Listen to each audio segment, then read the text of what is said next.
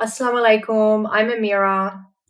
Assalamu alaikum, everyone. My name is Fatima, and welcome to the Emotional Evolution podcast.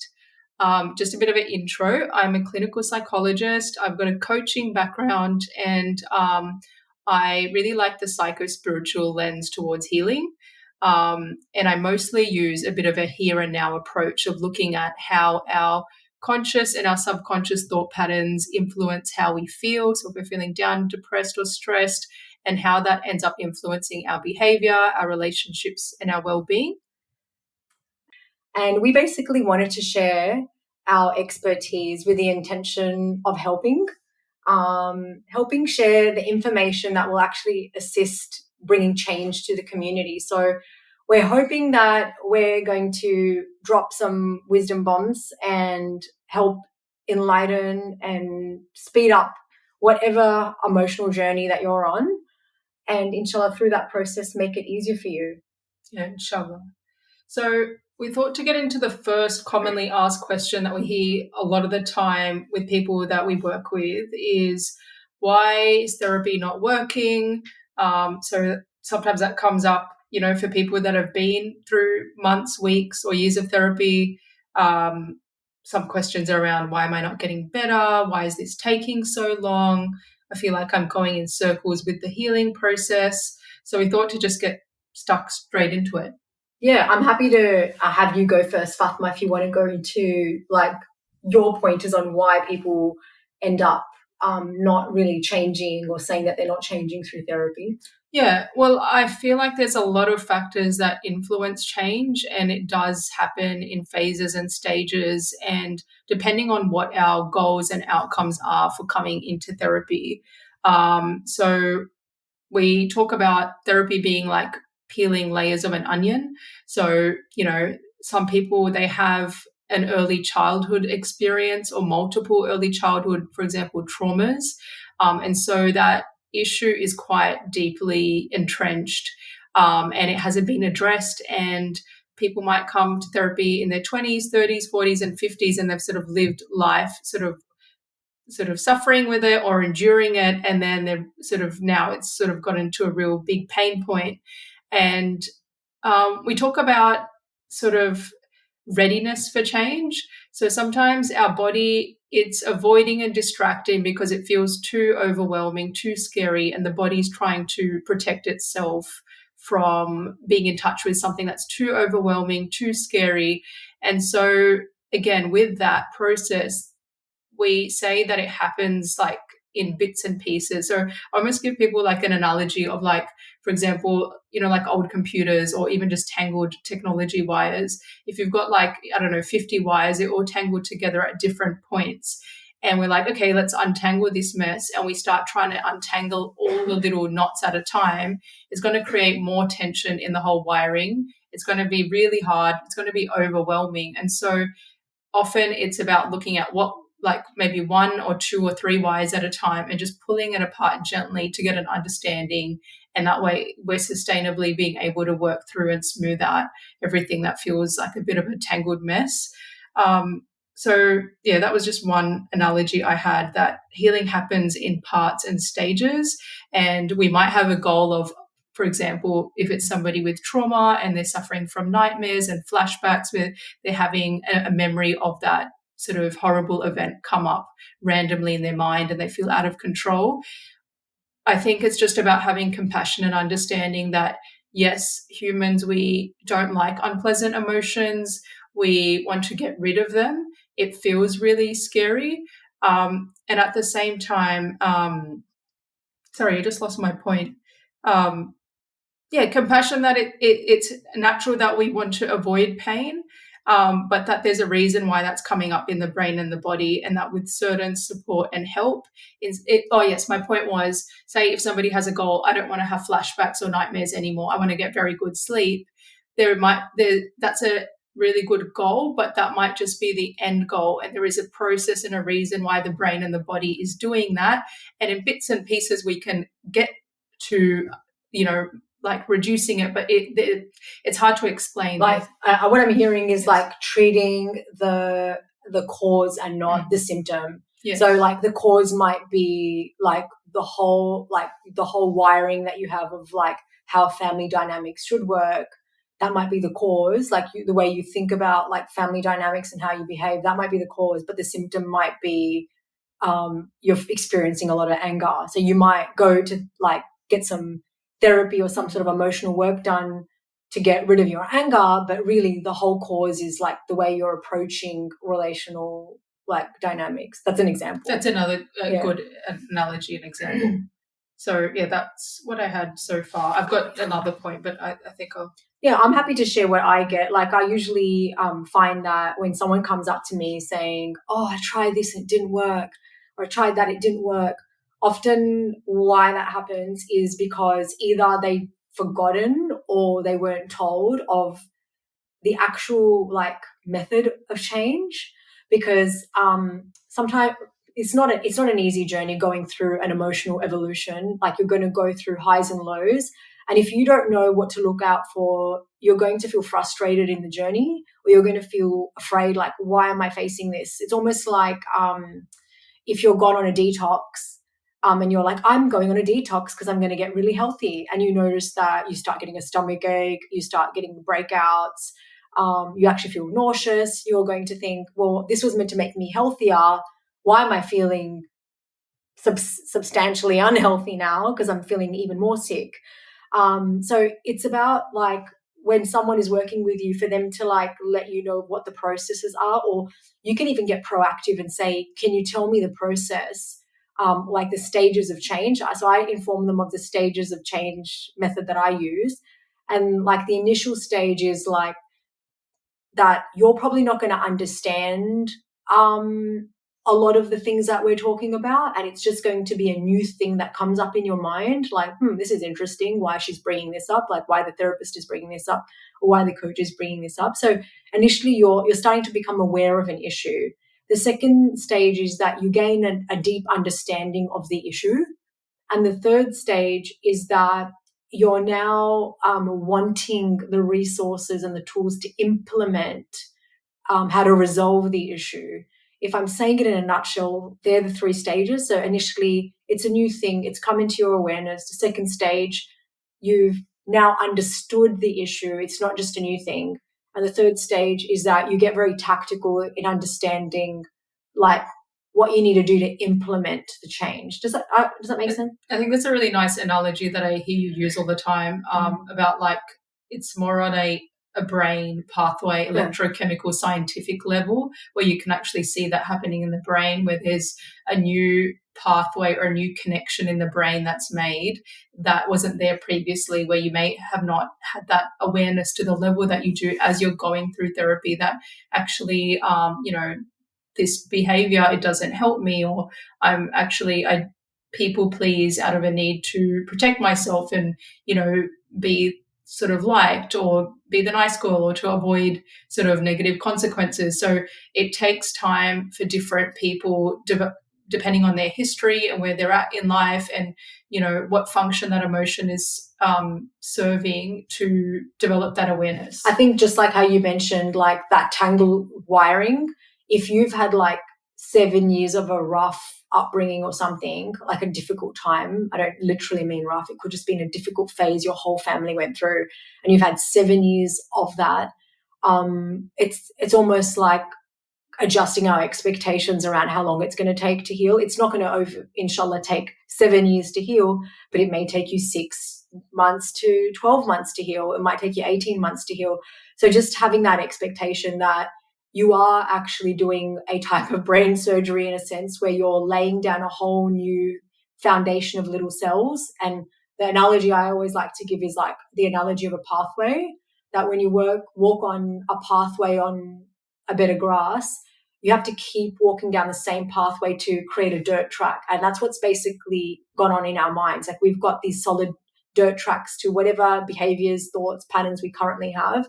And to have a new way of thinking and being, we're going to have to keep revisiting that new way of thinking and being multiple times. So it does require patience and persistence. And that's why I like to really hone into people that, look, these are the 3 stages we need and need to see within us. And the second thing that I wanted to highlight is why people often don't change is we, like you mentioned, we find it hard to sit with feelings that we think are bad instead of looking at all feelings as like feelings are like a hikmah from Allah subhanahu wa ta'ala showing us that something doesn't feel right so we can address the issue, not so we can kind of run away with the issue. So if you're feeling angry, it's not that we hold on to the anger and run with it. It's that we notice the anger and we look at what is it signaling to us. And so often with the feelings, people, when they're feeling the negative stuff, they end up feeling like they've gone back to square one. So let's say that they've seen you, Fatima, for example, for 2 months, and they started feeling better initially, and then they had like another incident with, like, I don't know, someone that they're in a relationship with, and they now feel terrible all over again. Often they may come to you saying, like, I've just gone back to square one, or I just feel like I've hit rock bottom again. And I think we know as people that do this work that they actually haven't hit rock bottom again, that they've actually grown, and like underneath all of what's happening, the rewiring is definitely shifted. It's just that they're feeling the symptom. And in our brain, and there are studies on this, even though the line is going upward, but it's not linear, the line is actually a little bit zigzaggy or it's U-shaped.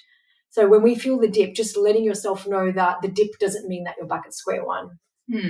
Yeah, no, that's a really interesting point. I think our patterns at different times in our thought processes and our feelings, they get triggered with different like stressful times that we go through as well. And although it might feel like we're going backwards, it's just almost like a learning to be like, oh, there's more of this to work on and address.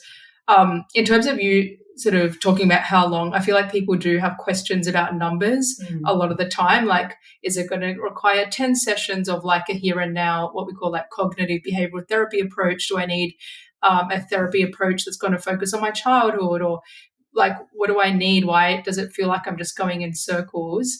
And in terms of numbers, there have been like a lot of different studies that look at, like, for example, there was a study conducted and looked at 2 Australian university training clinics, and they found that 50% of the clients recovered after 14 sessions, 70% recovered at 23 sessions, but that was just one snippet of a study. And then they did a meta-analysis, which is basically combining all the different research studies in different areas to look at how effective therapy is. And they found that majority of individuals who enter treatment, they need an individually tailored length of treatment in order for it to be effective. So there's not actually a standard number of sessions that we can say is going to help all people. And that's because, and this study was actually done by Barkham et al. In 2006 and Stiles et al. In 2008, where they say individuals move and improve at different rates. So there's an individual rate of change that can't be measured, and that's dependent on what Amira said earlier. It depends on like awareness, understanding, how much you can implement that understanding and awareness, strategies, what are the barriers, what environment are you in, what supports do you have. So there's so many personal and individual factors that influence that progression. And funnily enough, I know I'm interjecting. When people hear this, they get really frustrated with themselves. Like, why don't I have these qualities or values? Like, why is it that it's taking me this long? And what I like to say is almost like we have to kind of surrender and embrace the challenges that Allah has given us. Doesn't mean that you obviously conform to the challenges and just don't do anything about it. But look at it like, okay, this was my God-given mission. Like, Allah has put this issue in my life for a reason, and perhaps this is going to be my Jannah. How can I just open myself up to embracing the repair on this issue? Instead of like judging yourself, because funnily enough, judging yourself, being annoyed at yourself, blaming other people for it as well, it's going to keep the issue alive. So the more we can look at it like it doesn't matter who's at fault of the issue, how can I look at this as a very individual journey between me and Allah? Like, for some reason, this challenge is here, and can I just trust that it's here for my growth and development, almost like I'm going through like an emotional university of my own where I get to walk out being a stronger person. And that is really, really hard to do when you're faced with some really, really difficult challenges. It can feel like I don't see the growth and I don't like what I am, or I don't like what's going on.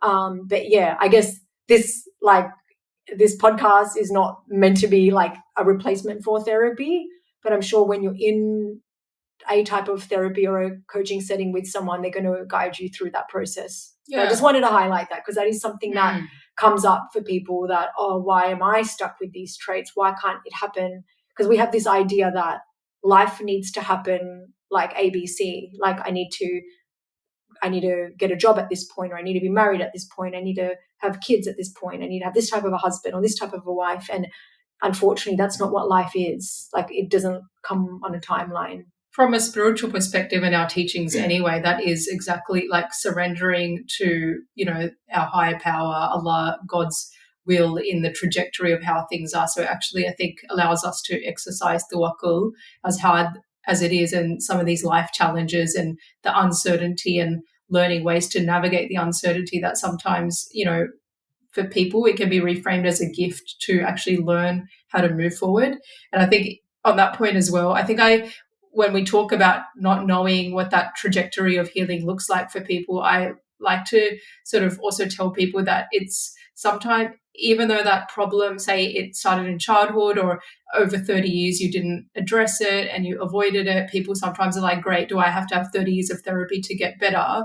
And it's actually not that at all. I think even like as Amina was talking about the stages of learning and understanding, even when we get like an aha moment, as Oprah would say, or like an understanding of something, like actually when I, say yes to everything that actually makes me feel really terrible, and we develop an awareness, we can learn strategies like I'm going to pause, or I'm going to be like, hang on a minute, I'll get back to you. And every time in different situations, whether that's with a work colleague, whether that's with a parent, whether that's with a friend, those strategies can be implemented. And it might seem like a small shift, but that I give the analogy that it's almost like, there's somebody, driving a pilot in a plane, and, they're going from Sydney to Melbourne or Sydney to Queensland.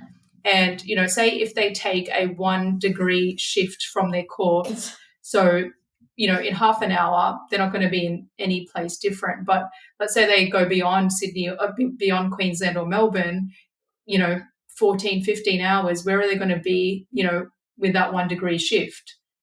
They'll be in a like totally different location. Different direction. So that I guess celebration and that acknowledgement of the 1 degree, like I'm doing the work, I'm like I'm doing it in stages, and like just being able to acknowledge the shifts that we make. It makes it's almost like that analogy, like you can't build a building from nothing. So if you want to build like an emotionally strong building within yourself, you have to look at what you are laying down. You have to look at what is working. You have to, if like the Aussie in me is coming out, you have to kind of give yourself a thumbs up for what is working.